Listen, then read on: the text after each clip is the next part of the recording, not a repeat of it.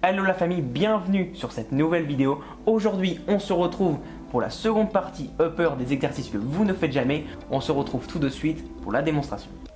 On se retrouve dès maintenant pour l'exercice suivant, qui est un exercice de poussée horizontale que nous allons réaliser aux haltères avec un banc incliné à 15 degrés. Pour l'exécution de ce mouvement, vous allez avoir les pieds posés sur le sol, le bassin ancré dans le banc, vous gardez une courbure naturelle de votre dos, la sangle abdominale gainée, les omoplates resserrées avec les épaules posées sur le banc et la tête droite. Pour l'écartement de vos coudes, tout dépend de votre programme. Sachez que plus vous partirez avec les coudes larges de votre buste, plus vous aurez un mouvement d'isolation sur votre poitrine. Plus les coudes seront proches de votre buste, plus le mouvement de levier fera engager vos bras. Pour cet exercice, vous allez débuter en prise supination, c'est-à-dire la paume de la main vers le haut. Puis effectuer, en bombant le buste et en gardant les épaules basses, un mouvement de poussée en effectuant une rotation complète en prise pronation. Bien sûr, vous allez garder un alignement entre les poignets et les coudes toujours droit. Le mouvement reste le même du début à la fin. L'avantage de cet exercice est que c'est un exercice qui engage particulièrement votre grand pectoral sur tous ses angles. Le but de garder une légère inclinaison sur le banc est d'essayer de focaliser la partie supérieure de votre poitrine en limitant le travail de vos deltoïdes antérieurs et de vos bras. Au vu de l'alignement des fibres musculaires de votre pectoral qui sont en forme d'éventail, le fait de finir en prise pronation optimisera le recrutement musculaire des fibres supérieures lors de la contraction. Le California Press est une variante de la barre au front. Vous allez récupérer une barre, main en prise pronation, allongez-vous sur le dos, les mains écartées de largeur de vos épaules. Contrairement à la barre au front où les coudes vont rester dans l'axe de vos épaules, ici vos coudes vont naturellement se diriger vers les côtes tout en laissant la barre se diriger vers votre cou. Le gros avantage ici est sur l'amplitude du mouvement. Vas-y David.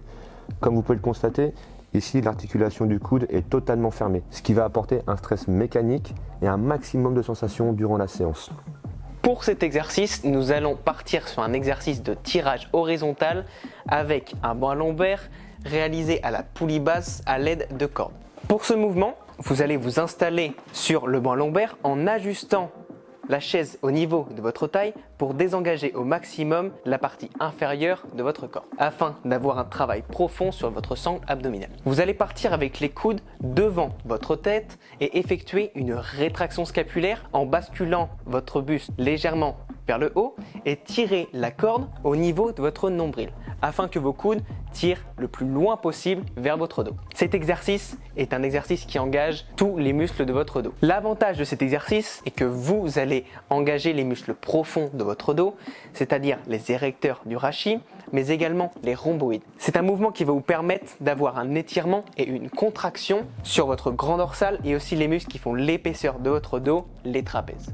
Mouvement suivant, le Savicas Press. Vous allez utiliser une charge légère. Quand je dis légère, oubliez tout de suite les poids de 12, 15, 20 kg. Ici, on va utiliser une charge de 4 kg pour commencer. Vous allez vous installer au sol, jambes tendues, complètement décontractées des ischios, le buste droit, les hanches à 90 degrés, la poitrine haute. Vos coudes ne sont pas ouverts au maximum, légèrement vers l'avant. David, je vais te demander de venir pousser vers le plafond et redescendre gentiment en contrôlant la charge. La première contrainte ici est d'utiliser le développé épaule aux haltères pour créer une instabilité. Donc, vous serez obligé d'utiliser vos muscles posturaux. Deuxième contrainte ici, le manque d'appui. Lui ici va vous obliger à stimuler la ceinture abdominale. Bon la famille, cette troisième vidéo est terminée. On espère encore une fois qu'elle vous aura plu. N'hésitez pas à liker et à partager un maximum. Activez la cloche et abonnez-vous, ça nous ferait super plaisir. On se retrouve la fois prochaine pour la dernière vidéo de cette petite série.